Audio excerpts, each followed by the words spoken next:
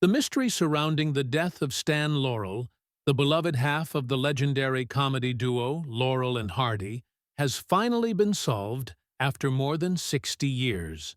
And the truth, while sobering, sheds new light on the life of a man who made the world laugh like few others. Born Arthur Stanley Jefferson on June 16, 1890. In Ulverston, Lancashire, England, Stan was immersed in the world of theatre from the very beginning. His father, Arthur Joseph Jefferson, was a theatrical entrepreneur, managing and performing in regional productions, while his mother, Marguerite Madge Hartley, came from a family with theatrical roots. The stage was not merely an environment for young Arthur. It was a home, a playground, and a classroom all at once. From an early age, Stan displayed a natural talent for performance. At just 9 years old, his father built him a small theater in their attic, where he could put on shows for family and friends. His early experiences on this makeshift stage were formative, giving him confidence, dexterity, and a love of storytelling that would guide him for decades. Yet his childhood was not without hardship. The world of theater was unpredictable, and financial instability was common. Stan experienced the rigors of life on the road and the unpredictability of show business, lessons that would ultimately shape his tenacity. Education came in fits and starts. Stan was not a scholar, but he excelled in observational learning, picking up mimicry, timing, and physical comedy almost instinctively. His first formal stage appearance came at 16, when he performed at the Britannia Panopticon in Glasgow. By this point, his passion for performance was undeniable. In 1909, Stan joined Fred Karno's troupe, a vaudeville company that would prove pivotal. It was here that he honed his craft, learning the intricacies of timing, pantomime, and audience engagement. He even shared the stage with a young Charlie Chaplin, forming a mutual respect that would influence both of their comedic styles. By 1912, Stan had journeyed to the United States, determined to carve out a career in vaudeville. His talent did not go unnoticed, and by 1917, he had signed a contract with Universal Pictures, stepping into the world of cinema. The foundation for a career that would eventually span decades was laid, though no one yet knew he would become one of comedy's most enduring icons. Stan's early years in Hollywood were filled with persistence, minor roles, and relentless self-improvement. Initially, he appeared in short films that demanded little more than broad gestures and exaggerated facial expressions. He supplemented his income with vaudeville tours, performing tirelessly for small audiences while experimenting with comedic timing and visual gags. Each setback became an opportunity for learning. Though overlooked by many casting directors, Stan's meticulous attention to detail and deep understanding of human behavior set him apart. The defining moment of his career arrived in 1927 when he was paired with Oliver Hardy. Their first film together, The Second 100 Years, immediately showcased a chemistry that was magnetic and unmistakable.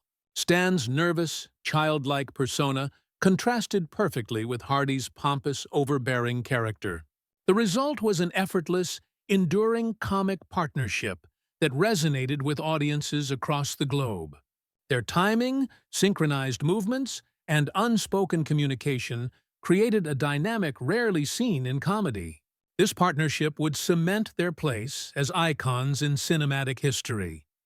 Following this breakthrough, Laurel and Hardy produced a string of enduring classics. Films like The Music Box, which won an Academy Award for Best Short Subject, Comedy, Sons of the Desert, and Way Out West displayed the duo's unique ability to blend slapstick humor with subtle, emotional depth. Stan's genius lay in his capacity to convey innocence, vulnerability, and resilience through simple gestures, exaggerated reactions, and well-timed pauses. Directors and co-stars consistently praised his professionalism, humility, and tireless work ethic, qualities that elevated each project beyond mere entertainment. Despite their success, challenges were never far. The transition from silent to sound films tested their adaptability, requiring careful modulation of dialogue without losing the physical humor that defined their act. In the 1940s, changing tastes and studio pressures caused periods of professional uncertainty, with some later films receiving mixed reviews. Stan also faced typecasting, financial worries, and the pressure to maintain public expectations. Yet, even in these moments of difficulty, his dedication never faltered. Behind the laughter, he continually refined his craft, ensuring that every performance reflected his highest standards. By the 1950s, the duo's popularity persisted, but health issues and aging gradually limited their ability to perform as vigorously. Still, Stan's influence on comedy was undeniable. His mastery of visual storytelling, the art of reaction, and the delicate balance between humor and pathos inspired generations of performers. Even in quieter years, his presence remained a touchstone for aspiring comedians, an exemplar of precision, creativity, and heart. The rise of Stan Laurel from struggling vaudevillian to international comedic icon is a testament to persistence, talent, and an unyielding commitment to craft. Stan's personal life, while often private, was marked by complexity, love, and loss. His first marriage to Lois Nielsen in 1926 brought both joy and heartbreak. Lois, an American silent film actress, became a mother to their daughter, Lois, in 1927, and to a son, Stanley Robert, in 1930, who tragically died just 9 days after birth. The couple divorced in 1934, their relationship strained by professional pressures, personal grief, and the demands of Stan's burgeoning career. In 1935, Stan married Virginia Ruth Rogers, a union that lasted only 2 years, ending in 1937. This was followed by his marriage to Vera Ivanova Shuvalova, known as Ilyana, in 1938. Their marriage was fraught with tension and disagreements, culminating in divorce by 1940. Despite these turbulent relationships, Stan remained devoted to his craft, often immersing himself in work as a refugee from personal difficulties. In 1941, Stan remarried Ruth, attempting to rekindle stability. Their second marriage, however, lasted only until 1946, reflecting the challenges of balancing a public career with private life. Later that same year, he married Ida Kitaeva Raphael, a Russian-born dancer who would become his steadfast companion until his death. Ida provided the emotional grounding Stan needed, offering comfort and understanding during the final, quieter years of his life. Beyond marriage, Stan experienced other significant friendships and romances, often with fellow performers in the theater and film communities. He cultivated deep, loyal connections with colleagues, many of whom considered him a mentor and confidant. Despite fame and constant public attention, he maintained a carefully measured private life, shielding family and loved ones from intrusive scrutiny. These relationships shaped his character, informed his comedic sensibility, and offered solace amid a career defined by relentless performance. Children were central to Stan's life. While his son passed prematurely, his daughter Lois grew up under his watchful eye, learning from his discipline, kindness, and dedication. Family became a refuge as the pressures of fame intensified, allowing Stan to balance the demands of public performance with the intimate private moments that grounded him. Through marriages, losses, and reconciliations, Stan's personal life reflected the humanity behind the persona, a man whose laughter often concealed private struggles and profound emotional depth.